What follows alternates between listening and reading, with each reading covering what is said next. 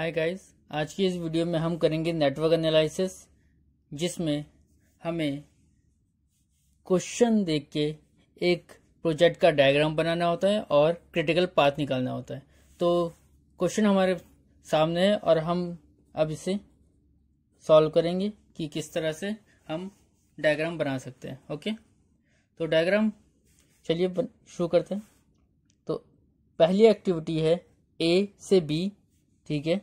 तो ए एक्टिविटी और B activity. Okay, ए से बी, आपको पता है ये सारी एक्टिविटीज़ हैं और ये इनके टाइम्स हैं। ओके, उसके बाद ए से सी एक्टिविटी, लेट्स से ए से दोबारा सी एक्टिविटी भी निकल रही है, ए से सी एक्टिविटी।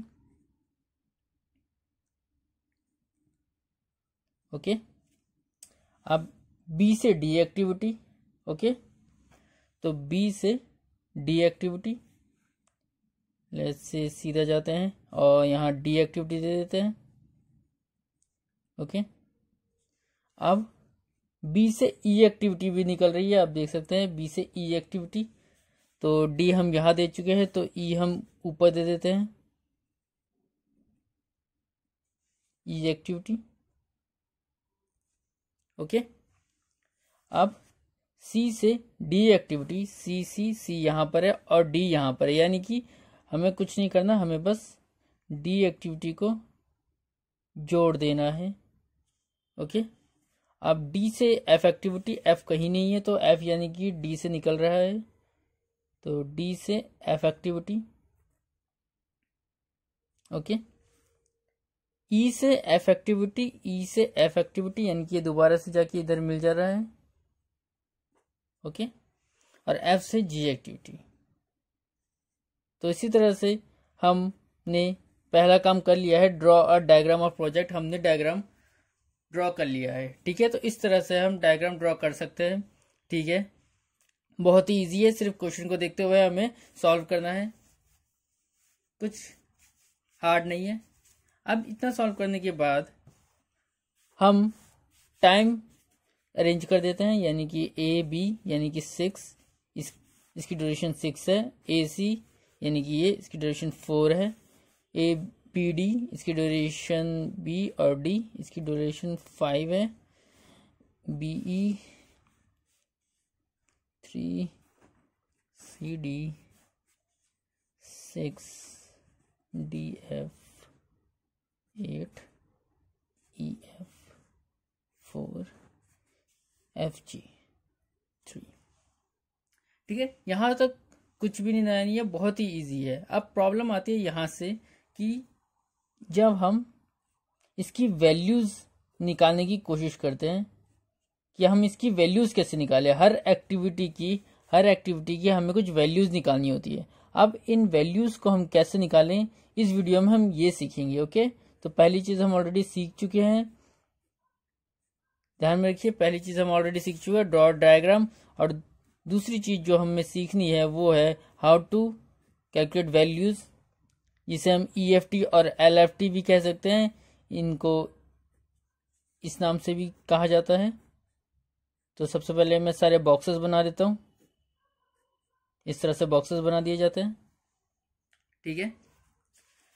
इनकी वैल्यू निकालने से पहले एक और काम बाकी रह गया हमारा, क्योंकि हमने एक और काम रह गया है जो कि है क्रिटिकल पाथ निकालना। तो क्रिटिकल पाथ भी निकाल लेते हैं। क्रिटिकल पाथ का मतलब यह है कि हमें वो पाथ निकालना है जो कि मैक्सिमम नंबर ऑफ डेज में कंप्लीट हो, यानी कि प्रोजेक्ट का मैक्सिमम नंबर ऑफ डेज, यानी कि इतने, ये प्रोजेक्ट जो है इतने दिनों में कंप्लीट हो ही जाएगा, ठीक है। वो होता है क्रिटिकल पाथ, यानी कि क्रिटिकल पाथ को कह सकते हैं कि maximum number of days a project will take, ठीक है।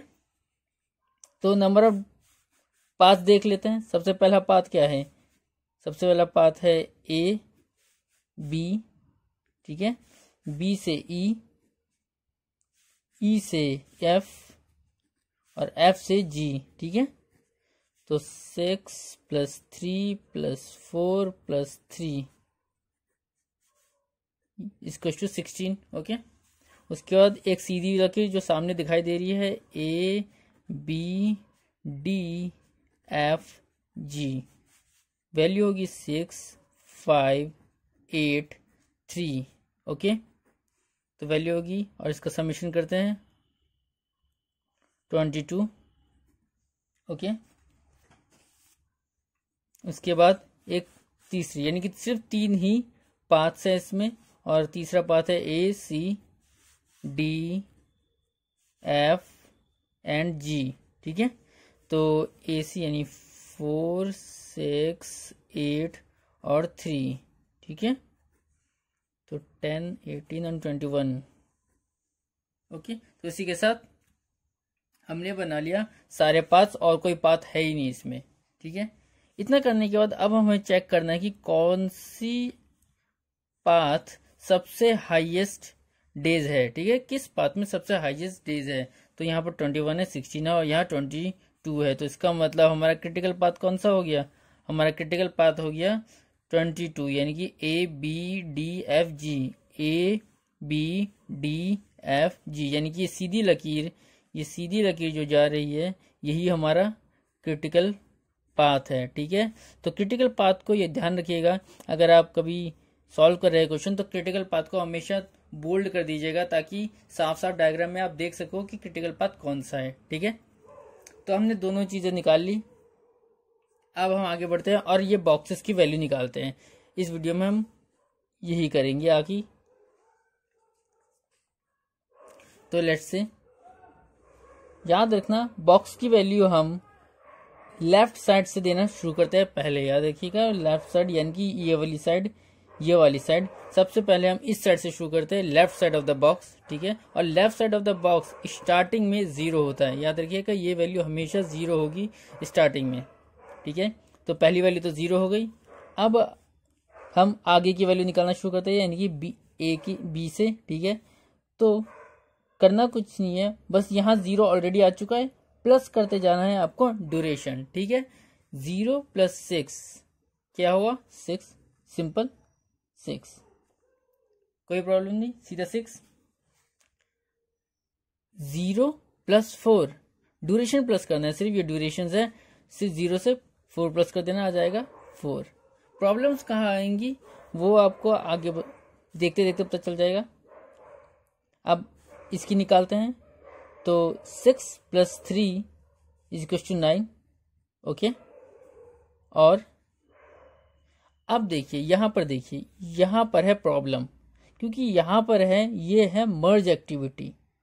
आप देख सकते हैं कि यहाँ पर 2 एक्टिविटीज आ रही है। अब तक जितने भी एक्टिविटी पे मैंने नंबर दिया, इन 3 एक्टिविटीज पे नंबर दिया, इसमें सिर्फ एक ही एक्टिविटी आ रही थी, तो कोई प्रॉब्लम ही नहीं थी, हम सिर्फ उस डिजिट को उससे प्लस करके लिख दे रहे थे। लेकिन यहाँ पर 2 एक्टिविटीज मर्ज हो रही है, तो ऐसे केसेस में क्या करेंगे, तो ऐसे केसेस में हम कंडीशंस निकाल लेंगे। ठीक है, तो सब 2 हमारे पास कंडीशंस होंगी।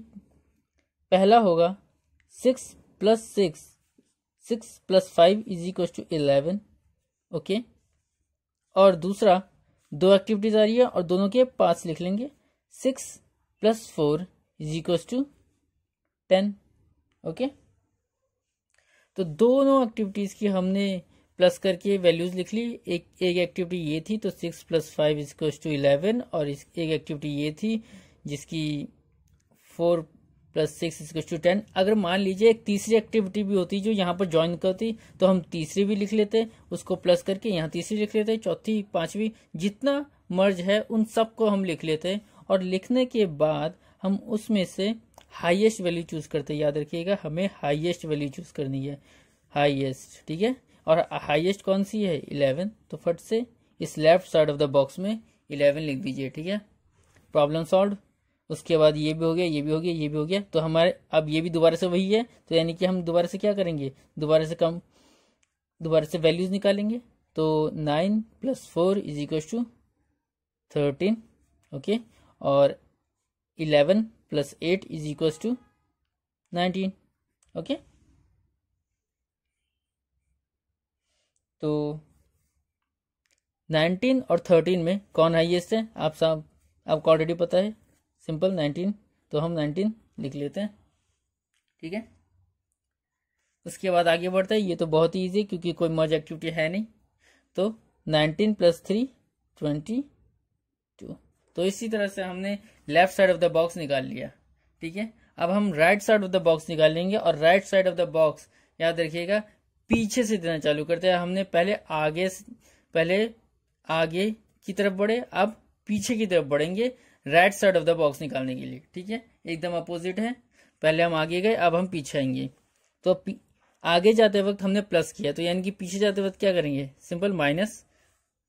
और याद रखिएगा जिस तरह से स्टार्टिंग 0 होता है हमेशा, उसी तरह से एंडिंग हमेशा लेफ्ट साइड के बराबर होता है, यानी कि निकालने की जरूरत ही नहीं है। ये अगर 22 है तो ये भी 22 ही होगा। ठीक है, तो इसी तरह से 22 सेम हो गया। अब 22 में से 3 गया, कितना बचा, 22 में से 3 गया तो बचा 19, तो दोबारा से हम 19 लिख देंगे। ठीक है, अब 19 में से 8 गया तो कितना बचा 11, दोबारा से हम 11 लिख देंगे। और 19 में से 4 गया, 19 में से 4 गया तो कितना बचता है, 19 में से 4 गया तो 15 बचता है, तो हम 15 लिख देंगे यहाँ पर। ठीक है, और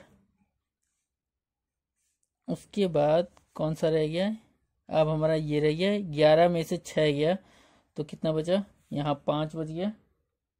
ठीक है, और अच्छा ये इसका यहाँ पर है। अब देखिए यहाँ पर प्रॉब्लम। ठीक है, देखिए जिस तरह से हम जाते वक्त हमारी मर्ज एक्टिविटी प्रॉब्लम क्रिएट की थी, हमने मर्ज को इस तरह से सॉल्व किया था, अब पीछे आते वक्त भी एक एक्टिविटी प्रॉब्लम क्रिएट करेगी जिसे हम कहते हैं बर्स्ट एक्टिविटी, यानी कि ऐसी एक्टिविटी जहां पर से 2 एक्टिविटीज निकल रही हो। देखिए अब 2 एक्टिविटीज निकल रही है, यानी कि 2 अलग अलग तरह के ड्यूरेशंस आएंगे। ठीक है, तो पहली ड्यूरेशन कौन सी होगी, पहली होगी 15 माइनस 3 इज इक्वल्स टू 12, पहली ड्यूरेशन हो गई। और दूसरी ड्यूरेशन कौन सी होगी, 11 माइनस 5। ठीक है, 11 माइनस 5 कितना हो गया 6। तो जिस तरह से हम आगे बढ़ते वक्त क्या कर रहे थे, हाईएस्ट वैल्यू ले रहे थे, तो पीछे आते वक्त क्या लेंगे, स्मॉलेस्ट। एग्जैक्ट उल्टा है ये आगे वाले का, यानी कि अगर जो हम आगे कर रहे थे उसका एग्जैक्ट अपोजिट हम पीछे आते वक्त करेंगे।